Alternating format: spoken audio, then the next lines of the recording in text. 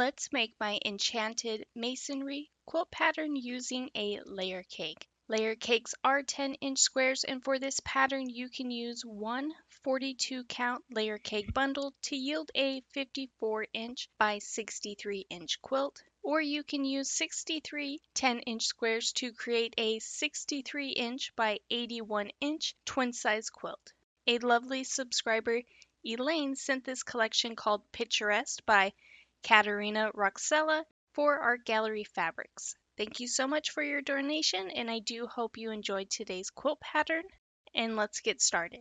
With your 10-inch squares, you will cut one 2.5-inch by 9.5-inch rectangle and two 5-inch by 7.5-inch rectangles. This pattern is pretty much a zero waste quilt pattern, as you can see here.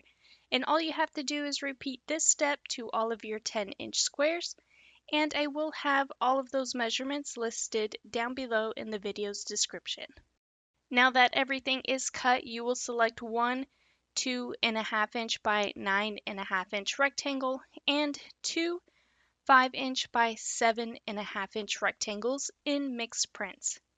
You will first sew the 5-inch by 7.5-inch rectangles together with a 1/4-inch seam allowance, followed by the 2.5-inch by 9.5-inch rectangle to the left side, yielding you a 9.5-inch square. Repeat this step until you have 42 blocks for the throw size or 63 blocks for the twin size. Now that our blocks are completed, you will lay this pattern out in a brick style pattern. For your odd rows, start the row with the 2.5-inch strip on the left side. Next, rotate the blocks around and repeat this pattern throughout the row. Then for your even rows, you will start with the chunky rectangles on the left side and rotate the second block around and repeat this pattern throughout the row to give it that brick style layout.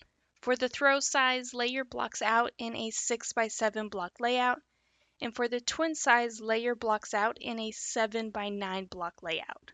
Then, as always, sew your blocks together to form rows, and lastly, sew your rows together to complete your quilt top.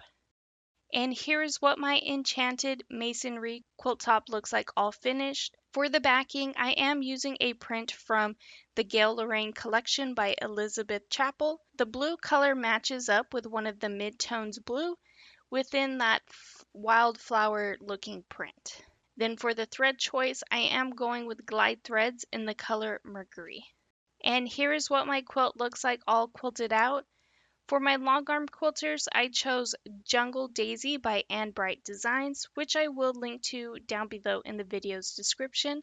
This is one of my absolute favorites. If you've been following me for a long time, I use it pretty much every single time. And once again, one 42 count layer cake bundle will yield a 54-inch by 63-inch quilt, or you can use 63 10-inch squares to create a 63-inch by 81-inch twin-size quilt.